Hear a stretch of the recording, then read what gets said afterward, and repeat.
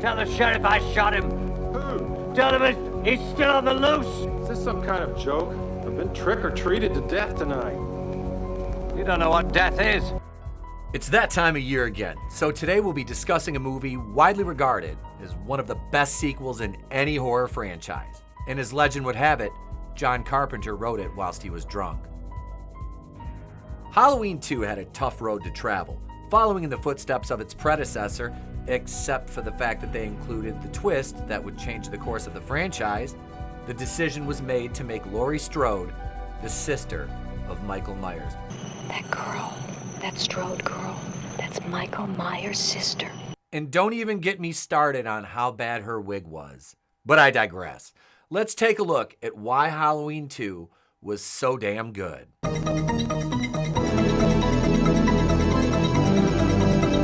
John Carpenter, who directed and co-wrote the original Halloween from 1978, initially expressed reluctance to make a sequel. He was concerned about deviating from the perfection he felt the first film achieved. However, financial incentives and fan demand eventually led to his involvement. Well, kind of. John Carpenter wanted to make The Fog after Halloween.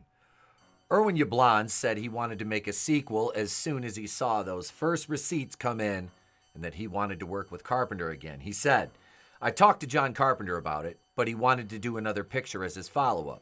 Carpenter thought that the success of Halloween was a fluke and he didn't want to repeat himself." Yablans respected that, and when Carpenter told him he wanted his next picture to be The Fog, the producer was fine with it. I said, "Sure, let's do The Fog. We'll do Fog first. Then we'll talk Halloween 2. And we agreed to do that. That sounded reasonable to both men. Despite their arrangement, John Carpenter decided to go around it. Yablans talks in the documentary about how he accidentally created the mess. On a plane ride to Cannes, Yablans ran into a man named Bob Raimi. The two had worked together at Paramount, and Raimi was now the head of Avco Embassy Film. Yablans told Raimi about how he was going to make The Fog and Halloween 2 with Carpenter. Not too long after, Raimi announced that he was making The Fog with Carpenter. He had stolen Carpenter from Yablans. "I was pretty upset. I was livid," Yablans confessed. "I called Carpenter, and I got nowhere with him. And I did the only thing that I could do at that point. I sued them both. So what happened?" Yablans said. "To settle the case, we agreed to let Carpenter do The Fog with Embassy, and we got the commitment for Halloween 2. Carpenter wanted to make The Fog so bad, he agreed to do a film he wasn't much interested in." Development. Rick Rosenthal directed the film, with Carpenter and Deborah Hill returning to write the screenplay. The story was set to continue immediately after the events of the first movie, focusing on the aftermath and Michael Myers' continued rampage. Halloween 2 was filmed over a 6-week period starting on April 6, 1981, and ending on May 18, 1981. Most of the film was shot at Morningside Hospital in Los Angeles, California, and Pasadena Community Hospital in Pasadena. Cinematography was handled by Dean Cundy, frequent Carpenter collaborator who had worked on Halloween, The Fog, Escape from New York, and would also go on to work on Carpenter's The Thing, and in 1993, Jurassic Park. As I stated before, the hospital scenes which are most prominent in the film were primarily formed at the vacant Morningside Hospital, located near Inglewood in Los Angeles, with the additional hospital scenes filmed at the Pasadena Community Hospital. The main hospital we shot at looks really creepy in the film, which I'm happy about because in reality, it was a relatively pleasant place to work, recalls Rick Rosenthal. "It was easy to get to, fast to light, and there was a lot of cooperation from the location people." The hospital setting was quite suitable for Rosenthal's planned German expressionist vision for Halloween 2, the mixture of dark and light settings. The hospital reception area was airy and light, relatively so given that Morningside Hospital, which has since been torn down, was an old and somewhat decrepit place, which high contrast the contorted, darkened, and long hospital corridors that were ripe for grim suggestion. "We were making a film that takes place 1 minute after Halloween, so I felt a responsibility to maintain the style of Halloween," recalls Rosenthal. "We had virtually the same crew, and so I wanted it to feel like a 2-part story. I wanted to do a thriller, more than a slasher movie, like Halloween, but I had no control over the script, which was very gory."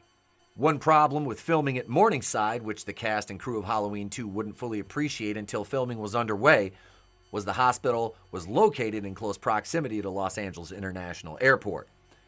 The resulting noise from nearby air traffic would distract the cast and crew and ruin many takes of the scenes. When the weather was bad, there was almost a continuous line of jets stacked up on approach, holding just above our hospital, recalls Rosenthal. This made shooting very difficult, especially long dialogue scenes. We'd do scenes and the jets would roll in and ruin the entire scene. Budget and box office. The budget for Halloween 2 estimated around $2.5 million. Halloween 2 performed well, grossing over $25 million domestically with no international release, making it a commercial success despite mixed reviews. Bad reviews for slasher movies are as common as critics berating the audience for rejecting an agenda-driven modern movie today. Upon release, Halloween 2 received mixed reviews. Critics praised its continuation of the suspense from the first film, but criticized it for being overly gory and less innovative. Fans were divided, with some appreciating the direct continuation and increased violence, while others felt it didn't live up to the original scare factor and storytelling. Currently, Halloween 2 sits at a 33% critic and 63% on Rotten Tomatoes, which just shows that people who use aggregator sites like Rotten Tomatoes eat corn on the cob the long way. Alan Howarth collaborated with Carpenter on the film's score, maintaining the iconic synth-heavy sound established in the first film. The soundtrack was also well received for continuing the eerie, atmospheric music of the original. Jamie Lee Curtis reprised her role as Laurie Strode. There's varied documentation on the cast's feelings, but Curtis has often discussed her connection to the character in the franchise, showing appreciation for the sequel's role in her career despite its differences from the first film. The biggest problem, aside from the fact that Laurie was sidelined most of the movie, was the horrible wig she wore during filming due to having cut her hair extremely short. Donald Pleasance also reprised the role of Dr. Samuel Loomis, turning in another fantastic performance as he attempted to stop the Shape from finishing what he started in the previous installment. This wouldn't be Dr. Loomis's last appearance in the series, but the veteran actor turned in another powerful performance as the Good Doctor. The supporting cast also included Lance Guest's character of Jimmy, who has a crush on Laurie, which looking back is kind of inappropriate considering she's still in high school and he's a paramedic. Alas, it was a different time. Also returning is Sheriff Brackett, played by Charles Cyphers, and the Shape was portrayed by the amazing Dick Warlock, who turned in arguably the most effective portrayal of Myers in the entire franchise. Theatrical versus television cut. There are minor differences, mainly in the gore level to meet TV standards. Some scenes were trimmed to reduce violence, and certain dialogue changes occurred to fit broadcast guidelines, with the most notable example being the alteration of Michael Myers' death scene in the operating room, where the details of his injuries are toned down for the broadcast television audiences. Streaming and physical media. As of early 2024, Halloween 2 is available on Peacock, Shudder, and can be rented or purchased on platforms like Amazon Prime Video, Apple TV, and YouTube.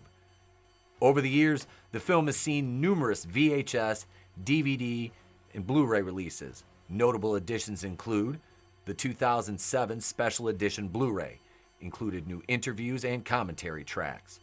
The 2013 Scream Factory release, known for its comprehensive special features, including new restorations and bonus content like documentaries and outtakes. Collector's editions. Various limited editions with different artwork, packaging, and sometimes exclusive content exist as well. Legacy and influence. Halloween 2 has influenced subsequent slasher films, particularly in its approach to sequels that directly continue from the ending of the previous film. It has also sparked various debates and discussions within horror communities about sequels and franchise extensions and their merits. Halloween 2 is a far better sequel than almost any other in the horror genre when it comes to franchises with long-running catalogs. Outside of maybe Friday the 13th Part 2, this is the king of the hill.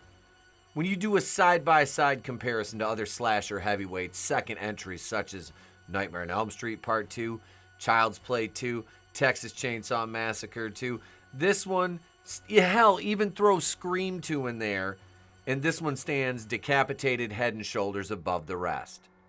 The numerous timelines in the franchise In this case, the David Gordon Green trilogy's continuation of the original 1978 story, whilst ignoring its brilliant 1982 sequel.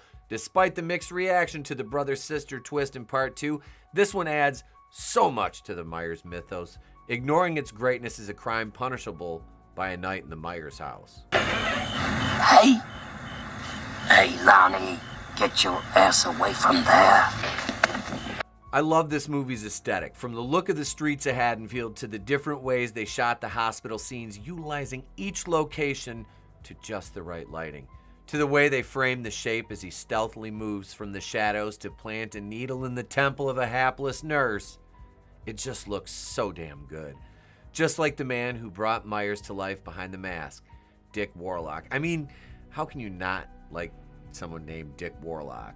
His slow and deliberate movements as he stalked his victims, and the way he delivered his signature death blows one by one. This is arguably the best portrayal of Myers in any continuity. I can't abide by any Halloween timeline that ignores the movie that helped bring the man in the William Shatner mask to the Mount Rushmore of slashers. Halloween 2 will always have a special place in my heart when it comes to movies that I truly enjoy and never tire of watching. I hope you enjoyed this video as much as I did making it, because I have a lot more to come in the Halloween franchise, with the next installment on deck being Halloween 3 Season of the Witch, the movie that got a bad rap until people were finally ready to admit how great it really was. So if you enjoy this type of content, subscribe, ding the bell for notifications, hit the like button and leave a comment and let me know what you think of John Carpenter's Halloween 2.